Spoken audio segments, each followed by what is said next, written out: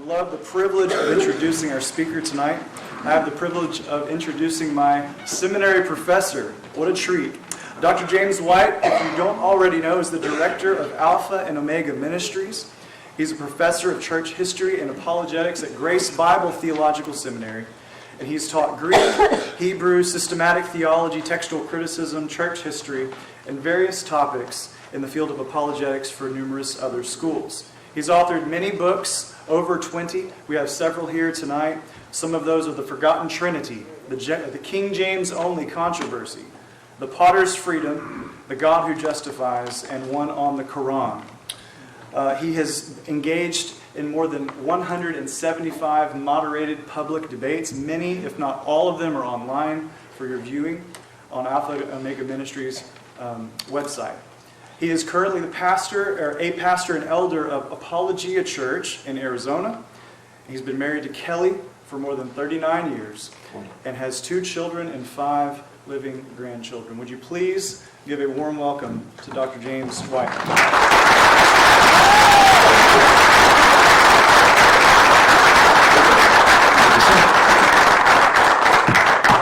Now it looks like I've got to update my bio. It's 40 years for Kelly. Once you get there, you don't want to take a year off or lose a grandchild along the way or anything like that. So we switched over because I want to see if we've got lots of tech for you tonight. Not really. I do have some things I want to show you, but we have to make sure that it's going to digital devices, I think, may have demonic influences. They work absolutely fine in practice, rehearsal, and then when you actually have to use them, nothing happens. So there we go, and let me see if this works. And no. So why don't you hit play for me, and let me see if I can blank it out from there. And no, guess not. All right, just go ahead and hit play, and we can look at a blank screen. No one will care too much about that. All right, let me start off. There we go. That's perfectly fine. At least that's not distracting to anybody. I did do a debate recently with a guy who said he wanted to do a digital presentation, and so he had a white screen that he put up. He had a 20-minute opening statement. He didn't use it until 18 minutes in. So can you imagine this huge white square? It was just blinding everybody. Everybody started doing this number for the whole time. Did not work well for him at all. It really, really, really didn't. But were y'all praying for Duffy this weekend? Because he had to take my final exam just a couple days ago. So if you see a little bit of a twitch going on, that's it happens to everybody. He'll get over it eventually. So it is good to be with you. I want to show you. I have so many Bibles that it's almost a crime. But I don't know if any of you have ever heard of Jeffrey Rice, but Jeffrey Rice has Post Tenebris Lux Bible rebinding, and he'll tell you that he did a rebind of a Nestle-Aland 28th edition Greek New Testament for me. And when I showed it on the dividing line, that started his business. It really did. And so he does beautiful, beautiful work. And he was going to sell this thing, and I don't know if I should admit this, but I contacted him privately, and then before it became available to the public, and I said, think maybe I could have a shot at that before everybody else does. And he sent it to where I was speaking in St. Louis. I normally don't use the ESV. The ESV is a fine translation, but this is the ESV Creeds and Confessions Bible, so it has in the back things like the Apostles' Creed, Nicene Creed, the Chalcedonian Definition, the Augsburg Confession, Westminster, London Baptist Confession of Faith. It's got a bunch of stuff in the back, and it actually has a font I can read. That's so wonderful. I used to have these teeny tiny little font things, and now they're completely worthless. I should just give them away to young people who can still read them. But ESV, how many people have an ESV here? Is that the Pulpit Bible? Is that your standard translation? Okay. How many have a New American Standard, NASB? Ooh, yes. How many of you have heard of, or maybe already have, the Legacy Standard Bible, which is basically, okay, number of people, which is basically the 95 NASB with all the changes that I always made when I preached from the NASB. Literally. So I am actually using that. When I use an English translation, that one's a really good one to use. The reason I got this one is my Legacy Standard Bible, Jeffrey bound it for me. It has goat skin. It is so soft that at night you can hear the ghosts going, it's really awesome. But the problem is it's so soft it doesn't travel well. You know, bumps and scrapes and stuff. You know. So this thing is good old Texas cowhide. So that's one of the main reasons that I got it. How about an NIV? Okay. Everybody's smiling when they do it. How about a New King James Version? All right. And how about the good old KJV? Anybody admit to having a Schofield? Hey, all right. Yeah, there you go. I got them all. Okay. Well, okay. You got the one you got with you now. That's the main one. I still have an Oxford. The first time I read through the Bible systematically as a teenager, I got to tell you why I did it. I've told the story before, but everybody remember Jack Chick? The Jack Chick tracks, the comic tracks, like This Was Your Life and Holy Joe. Boy, most people are going, nope, never heard of it.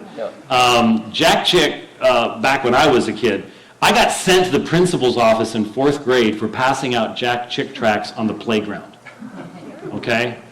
And so the only thing I could think to do, because I had never been sent to the principal before, the only thing I could think to do was I walked up to him in his office and gave him one too. So, but I read a Jack Chick tract, and basically it was a story of a person who dies, goes to heaven. He had a lot of those stories, and you run into Habakkuk walking the streets of gold, and Habakkuk comes up to you and says, "So, what'd you think of my book?" And I hadn't read Habakkuk yet. So I read it that night. I had no idea what it was about, because I didn't want to run into Habakkuk. I didn't want to die that night, run into Habakkuk in heaven. And then I realized, oh no, what about Zephaniah? And Nahum. And so that's why I started reading through the Bible in a year, and I did it, because that way, when I get to heaven, I can at least say, I did read it. I don't remember a word that I read, but I did actually read that whole thing. And I read a New Schofield Reference Bible from Oxford. And to this day, I still have that Bible. I think I have every Bible I've ever purchased, actually. The cover on that thing is still some of the most awesome leather that was ever created by God. It was absolutely wonderful. So here we have all these different Bibles. And yet, there are some differences. Does anybody here actually have in your possession, physically, a King James or a New King James Bible? You're actually carrying it. One person. Okay, good. And everybody else has an ESV. So who would be my experimental person with you have an ESV in your hand? Who would like to volunteer to read me something? Come on now. Okay, right here. All right, so I would like you to read to me, and you too, sir, look up, please, Gospel of John, chapter 5, verse 4. Everybody look it up in your Bible as well. Gospel of John, chapter 5, verse 4. So we'll have our ESV guy go first, and then our King James or New King James, either one will work, in the back. So Gospel of John, chapter 5, verse 4. Can't help it. What's wrong? You won't read it for me? Not in there. You mean, well, it can't go from verse 3 to verse 5. Yes, sir, it does. Yeah, it does. So what does John 5:4 read in the King James or New King James? Verse 4, Yes. for an angel went down at a certain time into the pool and stirred up the waters. Then whoever stepped in first after the spring of the water was made well of whatever disease he had. That's not a short little phrase. That's an entire verse. Now, obviously, if your eyes are better than mine, you look down at the bottom of your page, in the ESV, and it's down there. It's in the footnotes, in that tiny little font that no one can read. But there is an entire verse difference. So when we talk about the reliability of Scripture, we need to be fully aware of the fact that we are reading an English translation of a text that for the New Testament was written almost 2,000 years ago, and for portions of the Old Testament, almost 3,400 years ago. That's a very, very, very long period of time. And so the English language did not exist at that time. It came into existence, depending on how you define it, over the past 1,000 years or so. And in our current form, only a matter of hundreds of years ago. And so you have issues of translation, and then you have issues of transmission. We don't have just one manuscript of the Old Testament in the language in which it was written, which is the language of Hebrew, but even the Hebrew language developed from the days of Moses to the days of David to the days of Malachi. And then there are about 12 chapters in there, especially in Daniel, that are in a different language called Aramaic. It's very much related to Hebrew, but it's a different dialect, basically. And most of you have heard of, for example, the Dead Sea Scrolls, which were discovered last century. And they, up until their discovery, the oldest manuscripts we had of the Old Testament in Hebrew were from about 900 years after the birth of Christ. So there was a 900-year gap between when the originals were written and the first copies that we had. Now, you had little fragments on pots and pottery and stuff like that, but as far as full manuscripts. Then we get the Dead Sea Scrolls. And the Dead Sea Scrolls are written about 100 years before the birth of Christ. So we leap back 1,000 years. And you've probably heard the great Isaiah scroll that was found at Qumran. And if you look at the Isaiah scroll and you look at what we had in what's called the Masoretic text from about 900 years after Christ, there is no difference. I mean, it was transmitted for 1,000 years without change. And we've all heard that story, but please be careful, by the way. Because the book of Jeremiah, the text that we have in Jeremiah between the Greek translation of the Old Testament called the Septuagint and the Hebrew, one is 1/3 shorter than the other. So there can be differences. Now, there's a reason for that, by the way. If you're a close student of Jeremiah, you know that he wrote more than one version of his book. The king tore up one of the scrolls, so there were multiple versions that were in circulation. So it's understandable why there would be a major change like that. But be really careful, because I watched somebody, I debated one of the leading critics of the New Testament in English-speaking world by the name of Bart Ehrman back in 2009.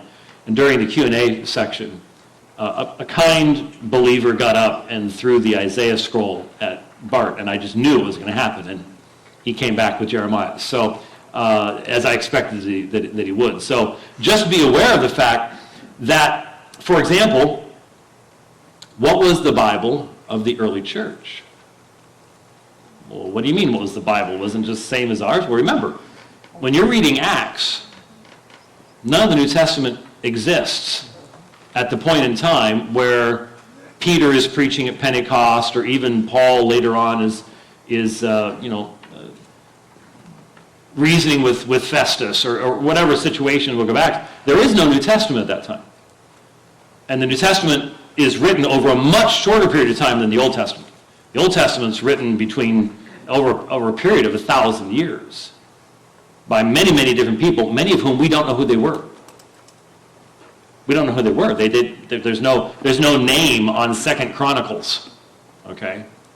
And may have been written by multiple people because they're books of history, okay? So 1,000 years, and the New Testament's written only in about, it could be as little as 30 years. Some people would say as much as 50 years or 60 years. It depends on where you start it and where you end it. But it's a much shorter period of time. And it's written in a language, the Old Testament's written in a language that only the people of Israel basically know. It's not meant to be distributed around the world. But thanks to Alexander the Great, who was not all that, he was a conqueror, but he also enslaved millions and millions of people, so you sort of have to define the word great. The Greek language was spread all over the world. The Romans just sort of adopted all of that. And so in the days of Jesus and the apostles, you did have people who spoke Latin and all the languages of the peoples that Rome had conquered, but there was one language that everybody had familiarity with, even Galilean fishermen, and it was what's called Common or Koine Greek, which is what the New Testament is written. And so, how did that, think about the process.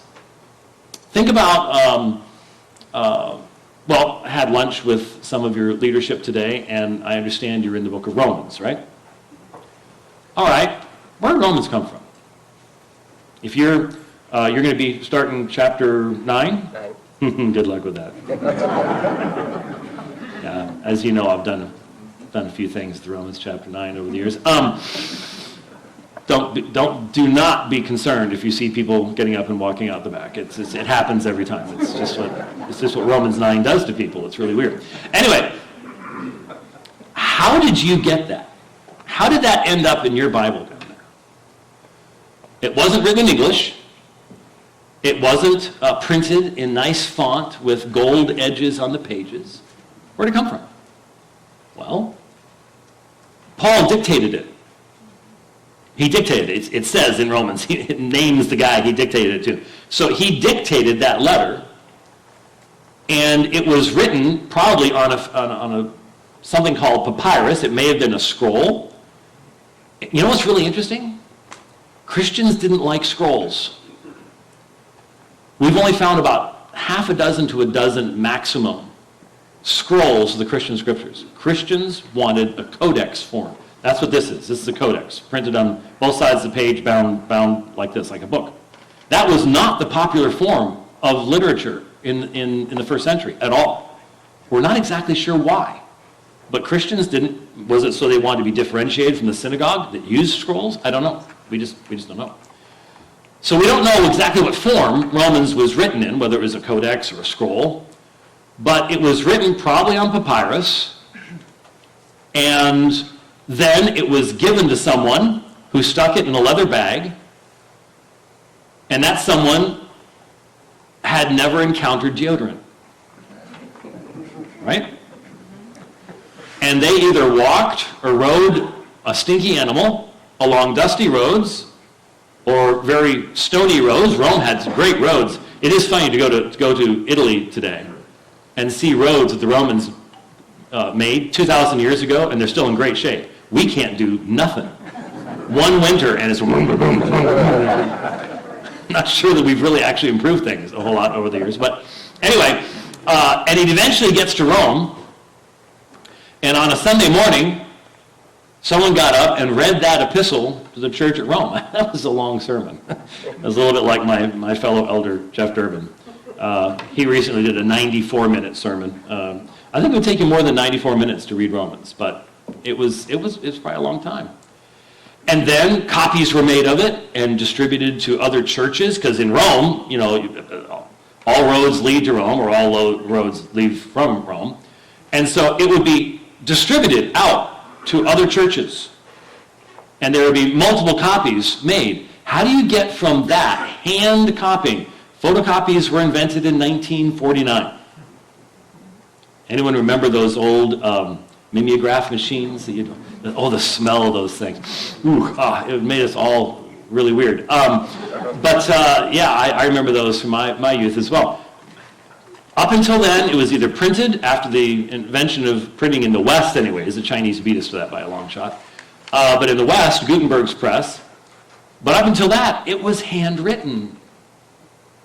And if I took a few paragraphs in my own handwriting, and my handwriting isn't bad. My printing isn't bad anyways. My cursive died long ago.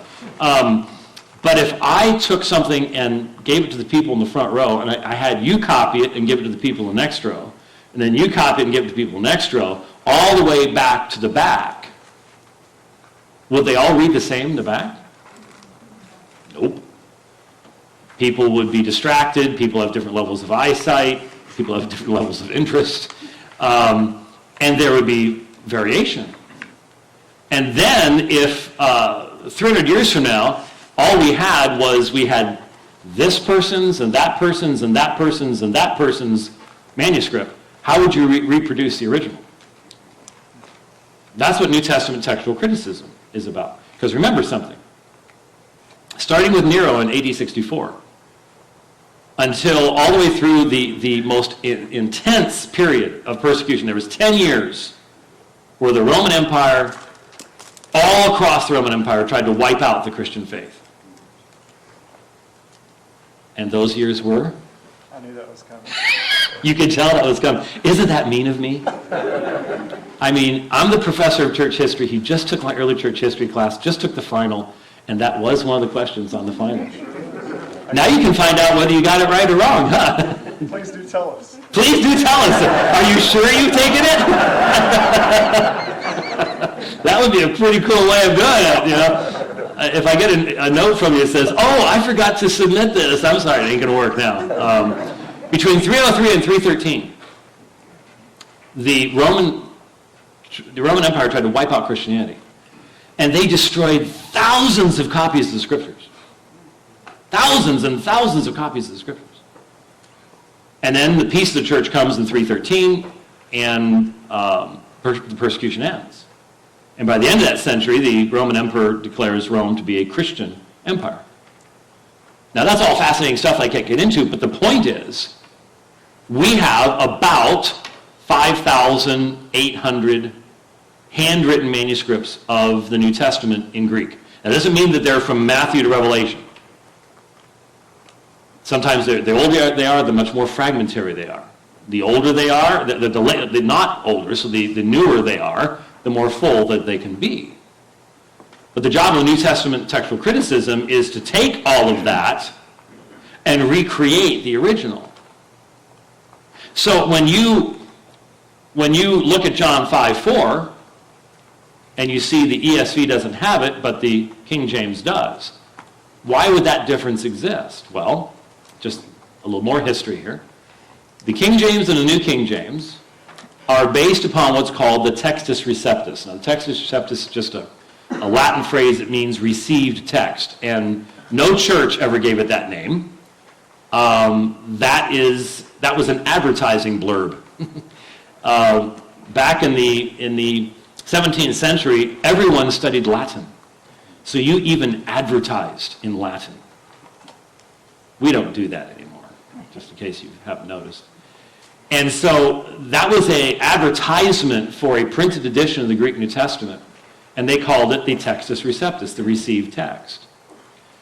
And that was based upon primarily the work of a Roman Catholic priest and Dutch humanist scholar by the name of Desiderius Erasmus. Erasmus was a fascinating fellow, can't get into him. I really fully expect to see Erasmus in heaven, to be honest with you. But he only had between 6 and 12 manuscripts to work with. We have 5,800 today. And so it's based upon a very small number of manuscripts. And the King James and the New King James are translated from that, whereas your ESV, NASB, LSB, NIV, RSV, NRSV, and the plethora of other English translations, modern English translations, are translated from the modern, what's called the eclectic Greek text, or it's called the UBS, right now the UBS 5th edition, National 28th edition, that comes out of Munster in Germany, where they draw all these manuscripts together and provide a standardized text. So anyone can buy, and now it's all right here. And this is really new. I mean, it's only been the past decade that finally all of this became available electronically. But you can access the reading of almost all of those manuscripts if you want to. Christians are very open about this. Here's our manuscripts. Here's what they say. We don't try to hide anything. And here's where all the variations are. Because there are variations. How many of you have ever noticed those teeny, teeny, teeny, tiny little notes at the bottom of the page? that say some manuscripts say this and some manuscripts say that? Okay, how many of you will look at me and honestly say, yeah, that sort of bugs me a little bit? Isn't there just a little tinge of, eh? Maybe you're asking me to define for you, I'm not sure. But if you're honest, most people say, yeah, I wish they weren't there. Well, first of all, you should be glad they are. The Muslims have their Quran, and there are variants between the manuscripts of the Quran, but the Muslims don't know what they are. There are no critical editions of the Quran. There could be, if they want them, but they don't want them. Some people are working on them, but most of them are not Muslims that are working on them. So it's actually a really good thing that we have that information and that we're open about it. Because people in the ancient world, they didn't even give a second thought to the fact that there would be differences between their manuscripts because everything was handwritten. There was no printing. So that was just, yeah, of course there are. Scribes make errors. That's life. But in our modern day, with the printed text and now, with computers and things like that, we apply a different standard.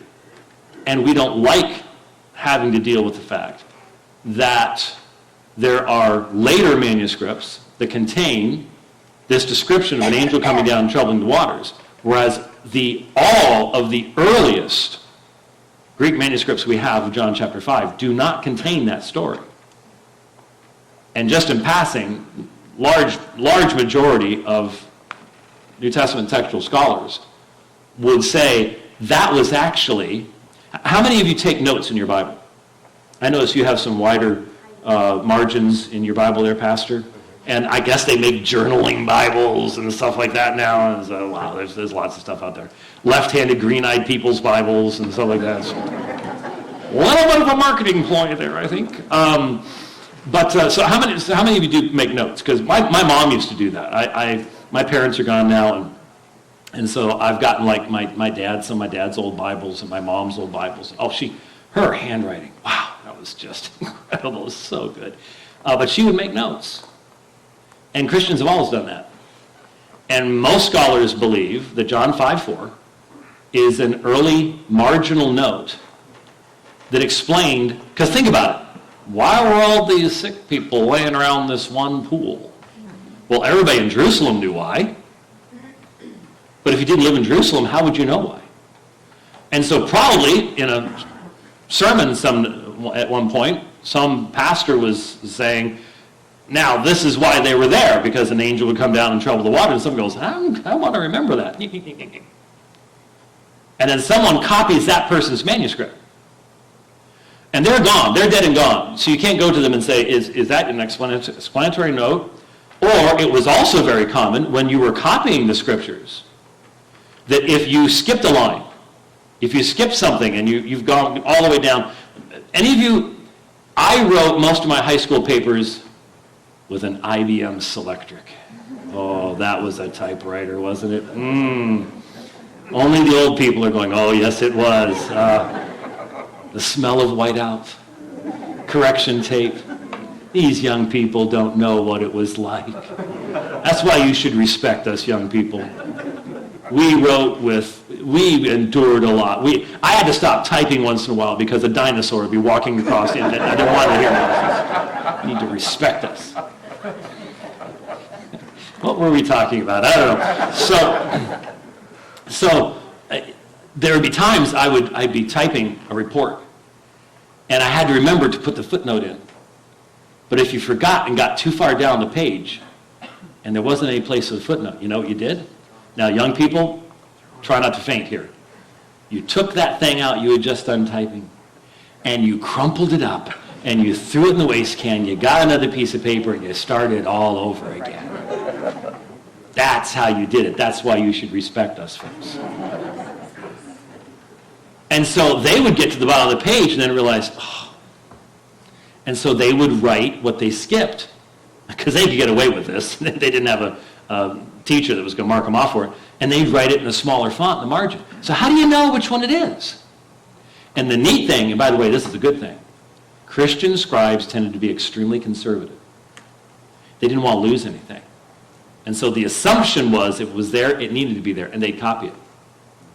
That means over time, when you compare the earliest New Testament manuscripts to ones 1,200 years later, the earlier manuscripts are about 1.5–2% shorter than the ones later on, because you would have this natural growth where things are being included.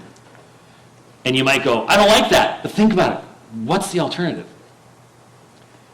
I think it was Rob Bowman that used this. It was a really good illustration. He said, what we face with the New Testament is like having a 10,000-piece jigsaw puzzle. Anybody ever done a 10,000-piece jigsaw puzzle? No, no one in here has ever done a 10,000-piece jigsaw puzzle. I guess that's not big in Texas. Okay. It's like having a 10,000-piece jigsaw puzzle. Which would you rather have? Only 9,900 pieces? Or have 10,500 pieces and have to figure out what the extra 500 are? Because if you have 9,900, you're never going to get the complete puzzle. You can't finish it. If you've got 10,500, you got to do some comparison, but you still got all the originals. You've got all the pieces that are supposed to be there. And that's what we have with the New Testament manuscripts. So you'll hear people say, and it's true, they will say, well, the number of variants in the New Testament, what's a variant? It's John 5:4 is a variant. In John 1:18, the oldest manuscripts of John describe Jesus as monogenes theos, the unique God. The later manuscripts say monogenes huios, unique Son. That's a variant. If manuscripts spell one word with one letter difference, that's a variant. There's in the Greek language, you have something called the movable nu. And we have it in English too. You're supposed to say an apple, not a apple. We put an N in there so that you can pronounce, you don't put two vowels right next to each other because you can't pronounce it. Greek did the exact same thing. It's called the movable nu. We had a guy in my first year Greek class many, many years ago when I took Greek. Med Skeens was his name. And Med could not figure out the movable nu for his life. He barely passed thanks to the movable nu. There are unbelievable numbers of variants in the New Testament that have to do with the movable nu. Well, guess what? That doesn't change the meaning at all. At all. So you'll hear people, you go to the local, even to the local Bible college at the university, there are 400,000 variants in the New Testament. And it's probably 500,000. But how many of them are actually relevant to the transmission of the meaning of the text? About 1,500. So you divide that up with the total number of pages of the New Testament, that's a small number. A very small number. And most of those are noted at the bottom of your page. You can see where, and you do need to know the two biggest variants, because people like Bart Ehrman and his students, they love to come along and smack Christians upside the head with the two largest variants in all the New Testament. They are the longer ending of Mark 16, 9 through 20. If you look at Mark chapter 16, you'll see in your Bible, it'll have like brackets or double brackets around it, and it'll say many early manuscripts do not contain this, etc., etc. And verses 9 through 20, 12 verses. Now that's the section about, handling snakes. But handling snakes, drinking poison, Jesus appearing in different forms. It's an interesting section. It really, really is. And the earliest, now, the problem is that for almost every book, the beginning and the end of the book would frequently get damaged when it was a freestanding book. And so there's very frequently issues with the endings of books because pages fall off and stuff like that. In fact, let me just tell you a quick story here. When Erasmus was coming up with his Greek New Testament, the first published and printed Greek New Testament, his printer, John Froben, was pushing, get it done, get it done, get it done. This is about 15, 16. 15, 15. Anyways, around that time period. And Erasmus could not find any manuscripts of the book of Revelation from which to take the Greek text. By the way, of all the books of the New Testament, the book that we have the fewest manuscripts of is the book of Revelation. Why? Because it really struggled for inclusion in the canon. There were a lot of people that read the book of Revelation and went, you sure John wrote this? 10-headed beasts and 7 horns and all the rest of this. You sure this came from John, right? And so we have the fewest number of manuscripts from the book of Revelation. So eventually he borrowed a friend's Latin commentary on Revelation that had the Greek text in it, and he had to extract the Greek text from the Latin. He made a number of errors in the process, partly because Erasmus really didn't think that Revelation should be in the canon anyways. He didn't necessarily believe it was inspired. But then he got to the last chapter, and guess what? The last few pages of the commentary had fallen off. So what did he do? He back-translated from his own Latin translation of the New Testament into Greek. And so in the Textus Receptus and in the King James and New King James Version to this day, there are words and phrases in the last 6 verses of Revelation chapter 22 that are found in no Greek manuscripts anywhere on God's green earth. And they came from Erasmus at the beginning of the 16th century. It's good to know these things, and it's nice to know that today we have all sorts of manuscripts of Revelation, including the 22nd chapter, and can correct what Erasmus did. And you're sitting there going, why didn't Erasmus ever fix that? Because he did numerous more editions of the Greek New Testament in his life, the last one just shortly before his death. So why didn't he ever fix it? Partly because he didn't really worry too much about the book of Revelation, A. But you want the real reason? I just love church history. The real reason is, when he did his second edition, he said to his printer, he said, I've got a lot of problems in Revelation. The Align brothers have put out an edition of the Greek New Testament since I did my first edition. So go buy one of theirs and just use their book of Revelation and just replace mine. There's one problem. That's what the Align brothers did with Erasmus. They had just taken Erasmus's book of Revelation and put it in theirs. And Erasmus didn't know that. So it never got fixed for hundreds of years. Now, you may be sitting there going, how can that be? Well, think about it. It was not more than 50 years ago that the leading scholars in the world would actually be able to get some kind of idea of where most of the New Testament manuscripts were and what they had in them. And it's only been over the past few decades that we can literally sit at our computers and gather together from libraries around the world these manuscripts and what they contain and read. That is a blessing. That is a blessing. It's not, when a lot of people first hear about this, they're like, well, I'm not sure I like it like that. That is a blessing. The very time when we have the biggest onslaught against the New Testament is when we have the most information about its transmission we've ever had, available to more people than ever before. Remember using a card catalog at the library? Okay? They don't even exist anymore in the vast majority of places, right? It's all electronic now. And there was no way for anyone to know what manuscripts were in what college, what university, what museum, anything like that, until just recently. Now when we put together a Greek New Testament, down at the bottom of the page, you've got all these manuscripts listed because we can now collate all of them and go, this manuscript reads this and this manuscript reads that. And in fact, at Munster, what they've done and what they're doing right now, actively, is they're producing a massive edition of the Greek New Testament called the ECM, the Editio Critica Maior. And they're using something that I'm not going to explain to you right now because we're going along anyways, called CBGM, Coherence-Based Genealogical Methodology. And what they've done is they've collated more manuscripts. Collated, that means taken all their readings and compared them to everybody else's readings. We now have a database of all the manuscripts and the readings they have that has never existed before.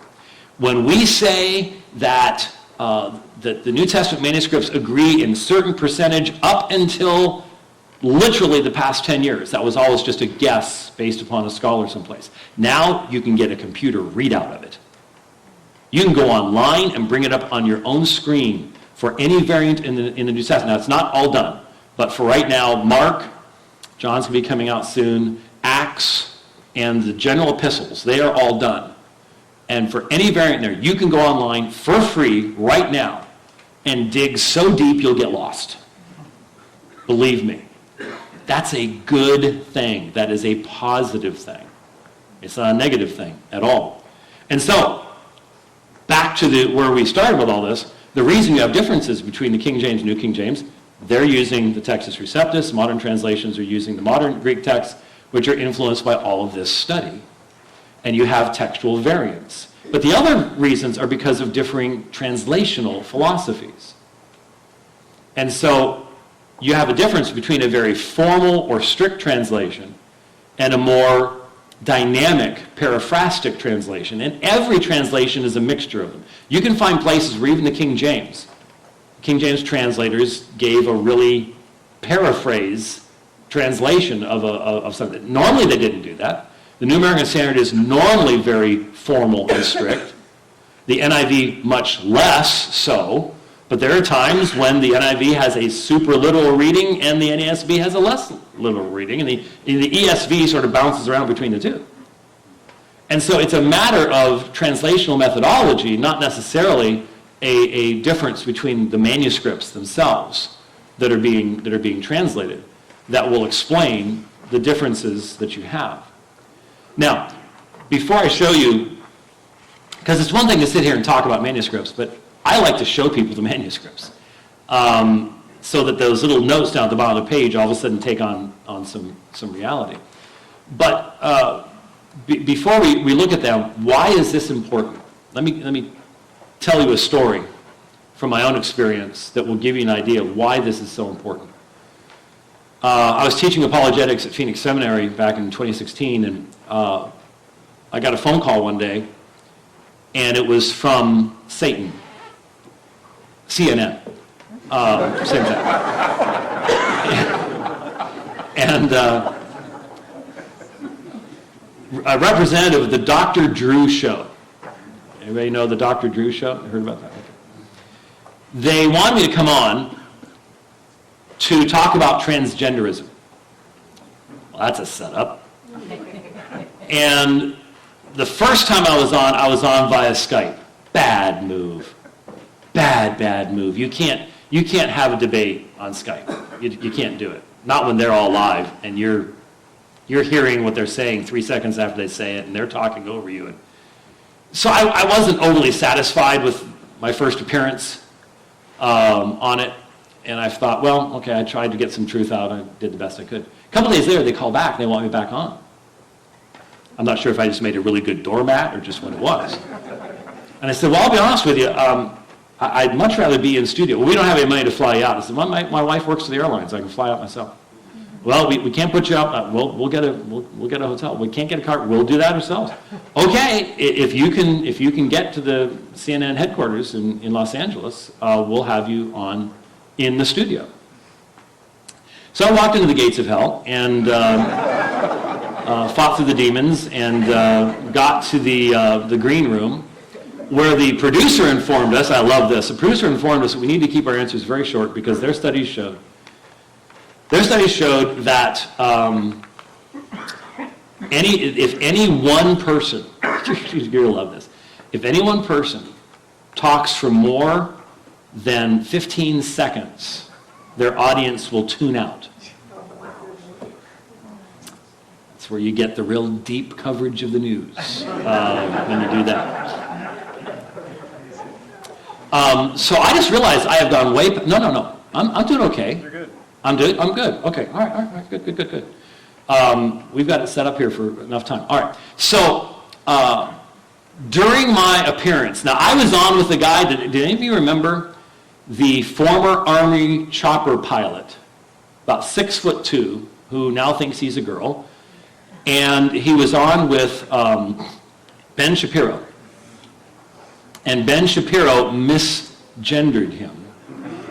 And he takes this hand, which was far larger than Ben Shapiro's, I can assure you, and puts it on Ben Shapiro's shoulder, and in a deep masculine voice says, if you do that again, they will take you out of here on a stretcher. Very, very feminine thing to do. That's, all women I know threaten to do that. So I was on with him. Yay! It was an experience. All of that to say, at one point during all of this conversation, I made reference to Matthew chapter 19, where Jesus says, from the beginning, the Creator made them male and female and said, and then he defines the family. And one of Dr. Drew's sidekicks said, well, you know, that's just one religious text, that's just one religious perspective. And my response to him was, the man I'm quoting predicted his own death and resurrection, and then was crucified, buried, and rose again the third day, and ascended into heaven. He's coming to judge the living and the dead. When you can do that, we'll listen to your opinion.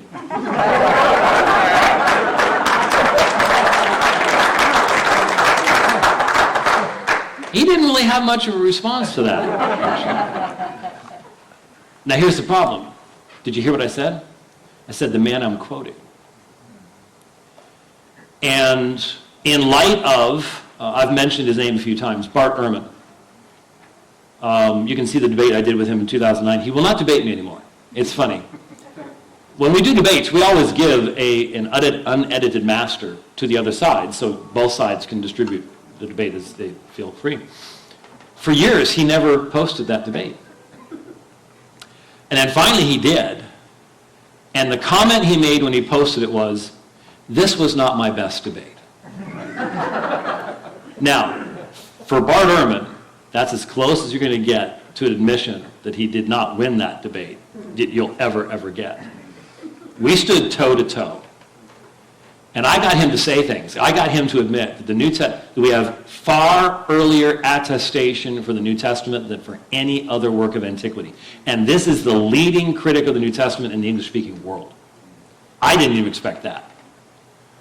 So he has students everywhere. My poor daughter, her first semester at a local community college ran into this vile anti-Christian bigot. That's the only way to describe it. I mean, I bought her an MP3 recorder so she could record. I did not know you could use that kind of language in a public school, but you can. They don't care.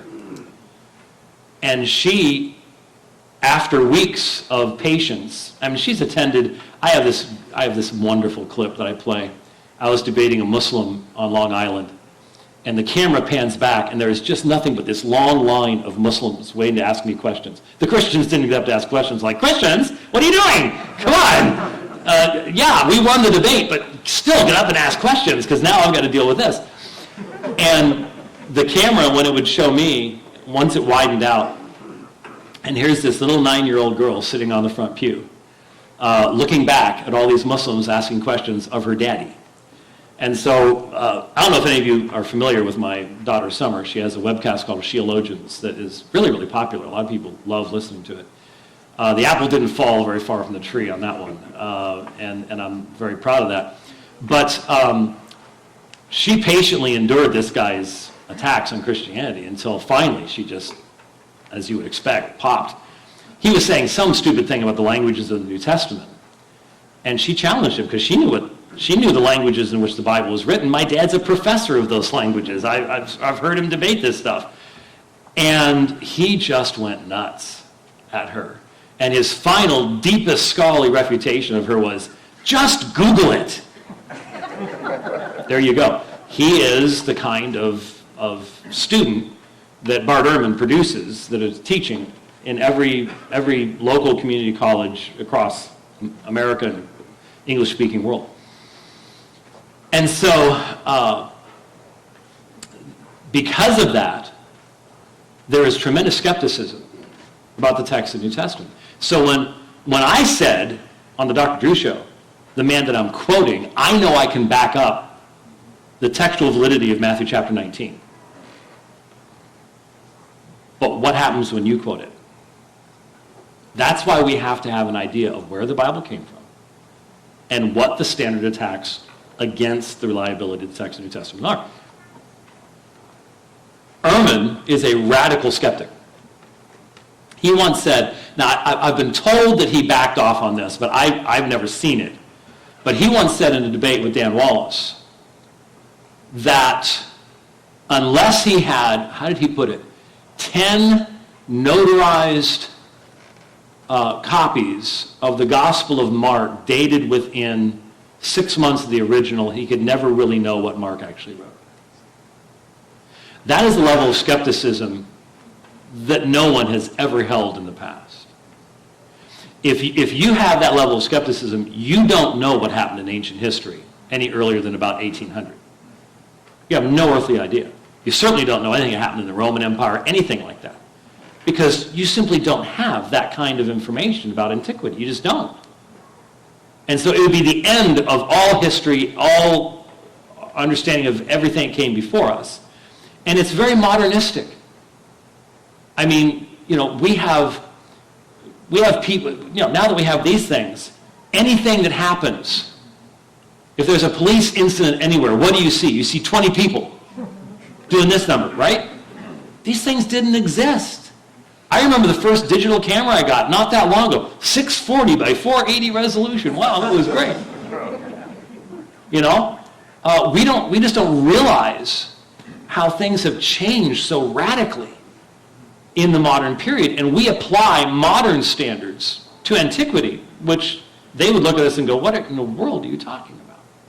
And so there is a tremendous amount of skepticism. It's a radical level of skepticism. And it's not that we don't have the information, but let's just be honest. There's a bunch of things about the history of the Bible we don't talk about enough in church. We let our students go off and get hit with this stuff at the university. Rather than, we kept the students interested with pizza parties at church, but we didn't tell them about where they got the Bible from. And then they go to the university and they lose their faith, and we wonder why. The reality is, there's work to be done. And it's not just for our students. I saw the young man with the shirt on that says, was it homeschooling what? Homeschooling is, he left too, so I drive him right out of the room most of the time. He's going to come back and everybody's going to be looking at him. He's going to be going, what did I do? But my grandkids are homeschooled. And that means, now they're going to get the whole story because of grandpa, and mom for that matter, and dad, come to think of it. But we have to be the ones to communicate these truths to the next generation and the next generation and the next generation after that. And I don't know how long we're going to have the freedom to do that without great suffering. I've taught in Germany many, many times. And Christian parents in Germany have not had the freedom to homeschool for decades. Decades. You cannot homeschool in Germany. It's not. They will put you in jail and give your kids to somebody else. The state will educate your children. So they have to basically they come back from the state school, and now you've got to do a whole lot of education on the side too. So you think anybody like in the United States might want to do the same thing? Yeah, you better believe it. You better believe it. So we're the ones that need to know these things. And that has to be our conviction that we can then communicate to the next generations. And it can't just be, well, the Bible. Yes, that's the book for me. I love that little song. But there's more to it than that. And if the Lord has given us all of this evidence and information, think there might be a reason for it? There is. And we need to be the ones that have that confidence because we know what the facts are. So with that, I like to show folks some of the manuscripts. And so hopefully, it's been sitting there for all that time. There we go. All right. Here is what maybe most would say, and there are arguments about this, but most would say you're looking at the earliest scrap of the New Testament P52 from around AD 125. Now, how do you date a manuscript? You walk up and say, hey, honey, how would you like to go? No, never mind. Just waking you up. They don't have, a computer printout has that annoying, date, but that doesn't work that way. How do you date a manuscript? It's literally, where did you find it? What was it amongst? And what is the writing style? Because in the Roman Empire, the Roman emperors would come in and they would bring their own scribes with them that would have a certain style that would then be copied across the empire. And so we have, thanks to the English stealing everything from Egypt when they were in control down there and taking it to London, we have lots and lots and lots and lots of papyri manuscripts. And many of those do have dates on them because they're not religious, they are bills of sale. They're legal documents and stuff like that. And so it'll say in the 3rd year of such and such a person or something like that. And so we can figure out what the date is. And then by comparing handwriting styles, we generally get a 50-year window, 25 years each direction. So when this says AD 25, what that's saying is somewhere between 100 and 150. That's extremely early. You need to understand, for the vast majority of works written in the 1st century, contemporaneous with the New Testament, the average time period between when the book was written, like Pliny, Suetonius, some of the Greek historians, the average time period between when it was written and our first copies is between 500 and 900 years. Okay? So all those works that you see being cited in history, Suetonius, Pliny, all these people, the first copies we have of their works are between 500 and 900 years after they were written. This is written around 125. Well, what's it of? Well, by the way, it's about the size of a credit card. As you can tell, this was the top of the page because you can see sort of the margin at the top. So it's written on both sides. Again, Christians used the codex, and so they wrote on both sides of the papyrus. That was very unusual. And what's fascinating is, if you went to seminary in the 1880s, you would have been told, especially on the basis of the authority of German scholarship, that the Gospel of John was written about 170. And you go, 170? John was really old. No, they didn't believe John wrote it. And the idea was the Gospel of John has such a high view of Christ, it had to have evolved over time. You have to have enough time for that to take place. So John probably wasn't written until about 170, 180 AD. They denied that he was an apostle, etc., etc. That was very, very, very common. What I love about P52 is it is from John chapter 18, verses 31 to 34 on one side and 37 to 38 on the back, which happens to be Jesus' discussion with Pilate about truth. What is truth? And so I think it's sort of really cool that probably our earliest scrap of the New Testament is from the Gospel of John, which relegated a vast majority of German scholarship to the trash can once this information became available, because it was said that the 4 leading papyrologists at the time, 3 dated it to around 125 and 1 dated it to the 1st century. And so now you might go, yeah, but there's not much to it. That's right. But what it does, it tells us that John chapter 18 existed as John chapter 18 at that early period of time. It wasn't evolving, it wasn't anything like that. It doesn't give us much in the way of textual variants and things like that, but it gives us testimony to the antiquity of that book. It's not something that was written long, long, long afterwards. And again, in comparison to any other work of antiquity, we have, as Bart Ehrman admitted in our debate, far earlier attestation than any other work of antiquity. So you run into a professor who quotes from Suetonius but questions the New Testament, the guy's a hypocrite.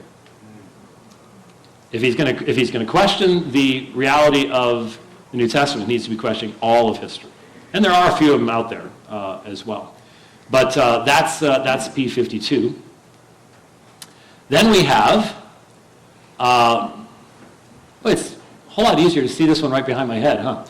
This is P72, and I saw this. Now I'm looking at this. got to what, 7:40? Is that what we're doing? 7:40, okay. I saw this very page in 1993, I debated Jerry Matitix on the subject of papacy during the papal visit for World Youth Day. We did 2 debates over 2 nights, 7.5 hours of debate on the papacy. And since the Pope came to town, they had the Papal Treasures exhibit. And when I read a newspaper and saw that a page of P72 is going to be there, I said to Rich, I said, we're going. Yes, Rich and I have been around that long. It's amazing. And so it was one of the first things. You walked in, it's under glass. And it's very readable. It really is. This says Petru Epistolae Be, 2 Peter. So if it's an alpha, it would be 1 Peter, it's 2 Peter. So this is the end of 1 Peter. This is the beginning of 2 Peter. And you'll notice something up here. You'll see these words that have a line written above them, right here. And there's one here, there's one here. Those are called the nomina sacra. The nomina sacra, the sacred names. We do not know why. We do not know why. But Christians abbreviated the sacred names like Lord, Christ, God, Father, Spirit. They would abbreviate them and write them with this line up above. Lots of theories about why, but we don't know. We just don't. But it makes it really, really, really easy for you to identify a Christian manuscript. Because as soon as you see, here's another one here over at the end of 1 Peter. As soon as you see a nomina sacra, this is a Christian scribe. This is a Christian manuscript we're dealing with here. And it's very, very readable. So I come walking in, and I'm just like, oh. So I'm looking at the nomina sacra. And I don't think I have it in here. And I hope I can go backwards. Yeah, okay. So I did point out Petru Epistolae Be. I thought I'd written it someplace. Yeah, here we go. Come on, you can do it. There you go. I made it bigger so you can see Petru Epistolae Be. I start translating it. And so people would come up, and I'm just absorbed in it. I mean, they have crowns and tiaras and diamonds. I could care less. This is the only reason I came. So I'm looking at this thing, and what's neat is right up here, you have what's called a Granville Sharp construction. So at the beginning of 2 Peter, our great God and Savior, Jesus Christ, where God and Savior are both being used of one person, Jesus Christ. So it's very relevant to the deity of Christ. If you deal with Jehovah's Witnesses, Unitarians, people like that, it's very important. So here it is in a manuscript, which, if you remember the Da Vinci Code, anybody remember the Da Vinci Code? Man, for years, every place I flew, people sitting at the airports were reading the Da Vinci Code. Then the movie came out and all the rest of this stuff. And the whole idea about the Da Vinci Code was that the deity of Christ was made up by Constantine at the Council of Nicaea in 325. And before that, everybody believed Jesus was a regular man who was married, had kids, and all the rest of this kind of fun stuff. And so here is a manuscript that is long before Constantine was a gleam in his daddy's eye. And it's teaching the deity of Christ. So much for the theory behind the Da Vinci Code. So I'm looking at all this stuff, and people would come up, and they'd look at it, and they'd look at the description, and they'd look at me, and then they'd see Rich stand there, and they go, "Can he read that?" And Rich would go, "Yeah." "Look at this, Harold. This man's reading this ancient manuscript." And people start gathering around, and then the security people are doing this number, and so Rich would drag me off to go look at a crown or a tiara for a while, and then I'm right back again until they finally said we had to move along. But it's just incredibly clear, and yet those lines aren't exactly straight, are they? This wasn't really a professional scribe.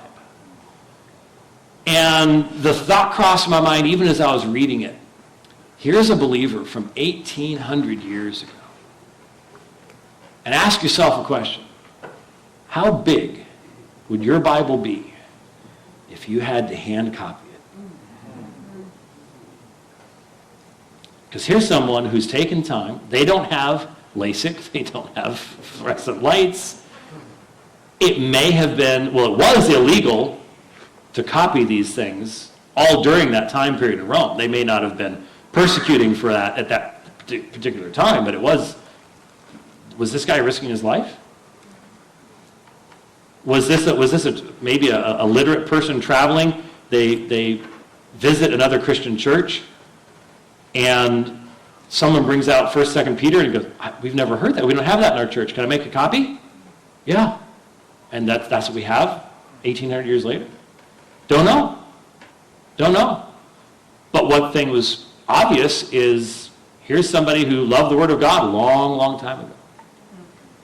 And it was special to see that, to actually see that manuscript sitting there. They have a facsimile of it in the Bible Museum in Washington, D.C. that I showed people we did a G3 tour. The Bible Museum wouldn't let me actually do a tour. So we played Where's White, like Where's Waldo? And we just let me loose in the manuscript section and then told everybody, he's in the manuscript section. And we've got pictures of 150 people following me around in the museum as I'm talking about all the different manuscripts. They let us do it, but I'm not sure we're ever welcome back. I'm not sure. But so this is the earliest manuscript, by the way, that we have of 1st, 2nd Peter and Jude. 1st, 2nd Peter and Jude from around 200. So there's that. I've sort of got to get it up here. There we go. This is P75. This is the end of Luke, the beginning of John. And this is one of the most accurate gospel copies we have. Now, it doesn't have all of Matthew, Mark, Luke, and John. It only has parts of Luke and John. It used to have all of it, but whenever anybody complains about what these papyri look like and how it's broken up and stuff like that, I just look at it and go, what are you going to look like in 1,800 years? They've done pretty good. You're not going to look that good. What's fascinating about this manuscript is we can tell by analyzing the variants in a manuscript how the scribe worked. How would you work? So if you were copying something, would you copy it word by word? Would you do phrase by phrase? It vary from person to person. We know how the author of P75 did it because of the kinds of errors he made. He copied it one letter at a time. He didn't do words. He did one letter at a time. And the result is, it's incredibly accurate. And what's really, really neat is a little bit later on, I'm going to show you Codex Vaticanus. We know Codex Vaticanus is about 325 to 350, somewhere around their age range. This is about 175 to 200. We know they're related. This is not a copy of this, but this and this are copies of a earlier ancestor. That means whenever P75 and Vaticanus agree in a reading, you're seeing a reading that goes all the way back, probably to earlier than 150 and probably to 125. That's, again, astonishingly early. Astonishingly early. When my Muslim friends say that the scriptures have been edited and changed, I'm like, when? Because the time frame, the window, given the early attestation we have, is extremely small. It had to have happened only in the very earliest period of time, when Christianity was still growing, and in many places wasn't even known. Why would there be this concerted effort to try to change things? So P75 and Vaticanus together, very important witness to the text. Well, for P75, Luke and John. This should be, yes, P66. I like this one because you can see what the book looked like. Instead of just a page, you can see, and notice where the damage is. Same place where we have damages to our books today, right? If you have a book and you put it on a shelf, it's that bottom right, it's about that bottom corner that's going to get damaged, and the upper corner, and the spine, of course, is stronger because you've got, the material, papyri here, is held together more firmly at that particular point in time. This is also the beginning of John. In fact, you can read it. It says, NRK, in the beginning of the word, was God. wondering, again, nope, okay, all right. Please come back. All the way to P75, I knew that was going to happen. I did not know, some of these I have an animation where I have the final phrase of John 1:1, Kai theos ein ha logos, and the word was God. I have that get big and come out so you can see it a little bit easier, but evidently this particular one that I chose, I didn't use that animation. That's what I was looking for. P66 is as early as P75, but the author was a little more concerned about how pretty his manuscript was than how accurate it was. But still, it's extremely important, and at John 1:18, one of the most important variants in the New Testament, P66, P75, Sinaiticus, and Vaticanus all identify Jesus as the monogenes theos, the unique God. Those are the four earliest manuscripts we have of the Gospel of John. And so when you have that kind of... Now remember, I'll tell you about Constantine von Tischendorf here in a few minutes, but to have this kind of early attestation, people who study other works of antiquity look at New Testament scholars and go, what are you people complaining about? We would love to have a tenth of what you've got. But having all this information... this is P45. I date P45 around 220. I had started a doctoral program in South Africa. My Dr. Vader, my mentor, had a major heart attack during COVID and had to retire. So I don't know if I'll ever get to finish this project, but I really, really find this manuscript fascinating. This is from the Gospel of John. P45 is the only manuscript we have that has portions of Matthew, Mark, Luke, John, and Acts. Everybody has parts of Matthew, Mark, Luke do not have Acts. It's the only one that doesn't. And it's a fascinating manuscript with some interesting... It seems like the scribe was concerned about improving some grammatical points in passing, and figuring out which ones are which is interesting. This is actually the largest page. Most other pages are much, much smaller than this. Much more damaged, but this is from the Gospel of John. And then we have P46. I saw P46, the actual P46, at the Chester Beatty Library in Dublin, Ireland. And I saw this page, in fact. This is the beginning of Philippians. This is the earliest manuscript we have of Paul's major epistles. It doesn't have the minor epistles, but it does have the major epistles. And this is where I need your help. I need you to work with me here, okay? And I hope that you can, because I've been hurt many, many times when I've tried this in other places, and I'm sure that you all are so nice here in Texas, you would never hurt me, because this is what we do. There's a certain book in the New Testament that doesn't have authorship attributed to it, called Hebrews. Now, a lot of people think that Paul wrote Hebrews. Now, I'll just tell you in passing, I think Paul preached Hebrews in Hebrew, and Luke wrote it in Greek. Because it's not Paul's language at all, but it is Paul's theology. Its language and its format and its syntax and style is Luke, no question about it. So I think it's Paul's preaching to a Hebrew congregation that he then had Luke translate and render in Greek. That's what I think Hebrews is. Anyway, there's lots of different theories. But here's the question. Is Hebrews in P46? Because that would mean someone around AD 200 thought that Hebrews was one of Paul's epistles. Okay? So what I do is I ask all of my audiences to vote. So I'm going to ask you, do you think P46 contains Hebrews? Yes? No. And here's what happens. Despite my sincere pleas, and sometimes I can even make my lower lip quiver when I say it. A bunch of people are going to sit there and go, I'm not voting. You can't make me vote. There's probably a camera on me right now. You could put it on Facebook, aren't you? I'm not going to vote. And you just sit there, and you don't join in. And it hurts. It really does hurt. So Now I have all the women voting. And the guys are going, I'm just going to not do it just for the fun of it. Yeah, I know how this works. So, ready? How many of you think P46 contains Hebrews?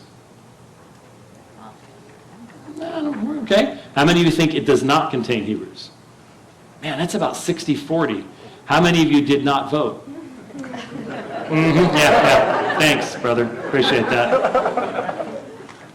The oil dripping down the beard, the unity of the body. Thank you muchly. Anyway, it does contain Hebrews right after Romans. So all that tells you is someone in the year 200 thought that Hebrews was written by Paul. It doesn't prove it one way or the other, but it is. I don't have time to tell you the funny story about what happened in the Chester Beatty Library, but I'll just simply tell you that the security guards were concerned about what I was doing, because they weren't used to having people that would actually translate the manuscripts. Most people just look at the manuscripts, but people trying to translate them sort of freak them out just a little bit. Okay, so, oh, yes, thank you. So I do have graphics here. Thank you. Thank you. Okay. Okay, just the facts. Okay, after the peace of the church in 313, you could have manuscripts produced by and that takes us to, thank you, Codex Sinaiticus. Codex Sinaiticus. Eusebius tells us in his ecclesiastical history that Constantine gave money to the church to copy Bibles because Rome had been destroying Bibles for so long. The Roman Empire then gave money to the church to copy Bibles. This may have been one of the results of that, or maybe a little bit after that. It's somewhere between 325 and 350. This is what it looked like when I saw it in the British Museum in 2005. Looked pretty much exactly like that. I walked in, there it's sitting there. Codex Alexandrinus was right next to it. There was a Tyndale Bible, a 1611 King James behind me, and I was the only person in the room. Which made me go, wow, one well-placed bomb, and all these treasures disappeared. But to give you an idea of what that actually looks like, there is Codex Sinaiticus. Remember, folks, that's handwritten. That is handwritten. It is amazing in its beauty, but there's a marginal insertion right there. Probably skip something. There's a marginal one right there. There's one right there. There's one between lines right there. And most of those were done originally. So in other words, now Codex Sinaiticus is not just the complete New Testament. It's the complete Old Testament. When it was discovered, it was the oldest Bible known. And it is huge. It's massive. It's massive volume. Its story is long. You could, I don't include it as one of my formal debates, but I did a debate with a guy as to whether this is a forgery. You can find that on YouTube as well. But real quickly, this was discovered at St. Catherine's Monastery on Mount Sinai by Constantine von Tischendorf. Now, if you want to have someone to look up to and go, that guy's really cool, Constantine von Tischendorf was really cool. You know how cool he was? You know who Constantine von Tischendorf, most people feel that Constantine von Tischendorf was the actual historical character that was the basis for Indiana Jones. He was a believer. Even though he was German, he was rather conservative. And he just believed that there were earlier manuscripts out there that just hadn't been found yet. And when he went to St. Catherine's, when you go to St. Catherine's, there's no door. You have to be lifted up in a basket. And the first time he visited, he found some scraps that they were taking to the kitchen to burn as fuel. And he realized they were extremely ancient, and he freaked out. Don't burn stuff like this. And that sort of freaked the monks out. You know, they don't have a lot of visitors, so they're easily startled. And so they didn't show him anything else. He visited a number of times over the years. It was many years later, on the last day that he was going to be staying at St. Catherine's, he had a copy of the Greek Septuagint published, the Greek translation of the Old Testament, the Bible of the early church. And he gave it to the steward who had been taking care of him while he was there. The steward opens it up. He's looking at it. I have one of these.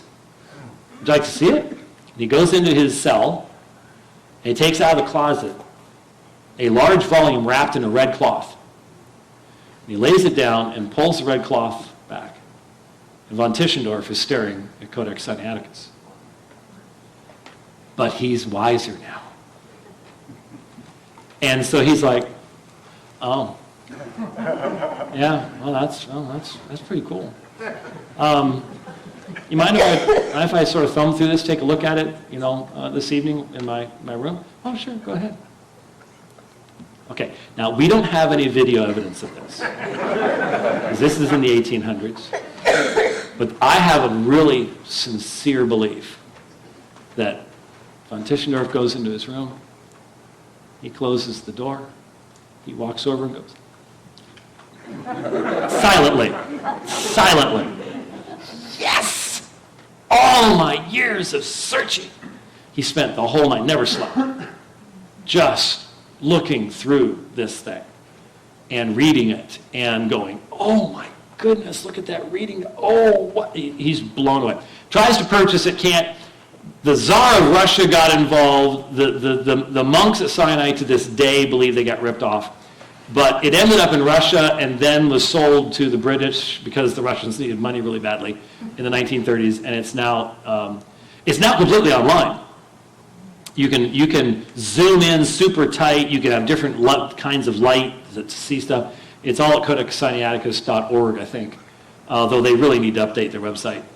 But it is all available to you. And it is an incredible, incredible find. And again, pushed our knowledge of all of the Bible hundreds of years back from where it had been up until that time. Now, very similar to it is Codex Vaticanus, which is in the Vatican Library. It too contains almost all the Bible. Okay, I'll go ahead and tell you the story anyways. Years and years ago, after I wrote the King James Only Controversy, Bethany House Publishers, I can tell the story now, asked me if I would help edit Walter Martin's book, The Kingdom of the Cults. Now, I was like, wait a minute. I was told that the Martin family would not allow any editing of what Martin had written, so what do you mean? He says, well, we've decided to update it. And so we'd like you to do the chapters on Mormonism and Jehovah's Witnesses. I was like, okay. When I got into the chapter on Jehovah's Witnesses, for some reason at one point, Martin had said that in Revelation 1:1, where Jesus is called the Alpha and the Omega, that this is found as early as Codex Vaticanus.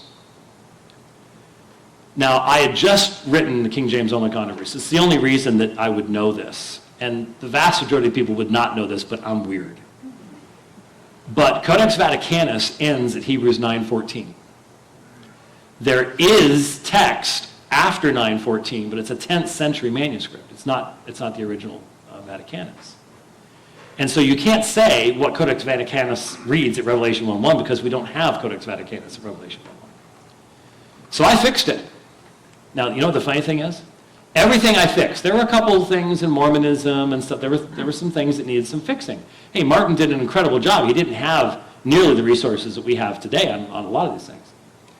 Only a few years after that edition came out, the Martin family took control of the book again and reverted it back to everything that Martin had. So if you buy the Kingdom of the Cults today, it will tell you that Revelation something is in Codex Vaticanus. The original error has been reinserted back into the book. That's how publishing works. One of the fascinating things about this is that somebody, somewhere around 12, 13, 1400, went back through and retraced every letter of this manuscript. I don't know what that poor monk did to get in trouble. That does diminish it a little bit, because now sometimes you have to go, oop, he didn't get that one right, and you have to examine it very closely and stuff like that. But it is extremely important. This is the manuscript that has, with P75, that earlier ancestor. So when this manuscript and P75 agree in Luke and John, you're looking at a reading from earlier than 150, probably earlier than 125. So it's pretty fascinating, pretty important. This is Codex Alexandrinus. I saw this in the British Museum as well. And in fact, I made a tie out of it. Not the original, of course. They would have looked very dimly upon that. But I took a shot of because it's really pretty. It's a nice color. And I have a section from the Gospel of John where the Parakletos, the Paraclete, Jesus talks about the Holy Spirit as the comforter. And I made that for my Muslim friends, because my Muslim friends believe that the person being referred to in John 14 and 16 is Muhammad. And that it's not Parakletos, it is the exalted one, the Greek translation, the exalted one, referring to Muhammad. So I can just pick up my tie and go, except this was written before the Quran, so it says something else. So it's an evangelistic tie for Muslims. Told you, we do some weird stuff. Anyway, okay. So I am pretty much on time there. Said 7:40, and so that's where we are. So there's some of the manuscripts. There's some of the background. I realize doing this is like trying to drink from a fire hose. Okay? But what I'm telling you is there's so much out there now that there's no reason for us to remain ignorant of the history of our book. We've got those notes in there. There's something behind them. And for believers, I honestly think this is one of the weakest areas that we have apologetically. The vast majority of our people are silenced by simplistic objections to the history of our book. It should not be. It should not be. We should be willing to take the time. It doesn't, as I've shown to you, I mean, is there a very specialized vocabulary? If I sat here and dove into doctoral level studies in CBGM, could I just make your eyes roll back in your head? Sure. But it doesn't have to be that way. Most of the time, scholars make themselves look a whole lot smarter just by using language they know no one's ever going to be. I read a scholar just today that wrote this article, and he just, in passing, threw this term out that anybody, myself included, would have to look up without defining it. And the whole reason was just to go, at everybody else. Once you learn some basic vocabulary, the rest of it isn't all that difficult. It really isn't. And to me, I think it's one of the most important things we can pass on to the next generation, is why we trust what this word says. Because if we're telling the world that we will literally go against what the United States Senate just voted, we better have a firm foundation to stand on. That's where it gets really practical. Because when I say, look, marriage has been defined for a long, long, long, long time, and they pull the Bart Ehrman on me, I need to know how to respond. I need to know how to respond. And we can. We can do it.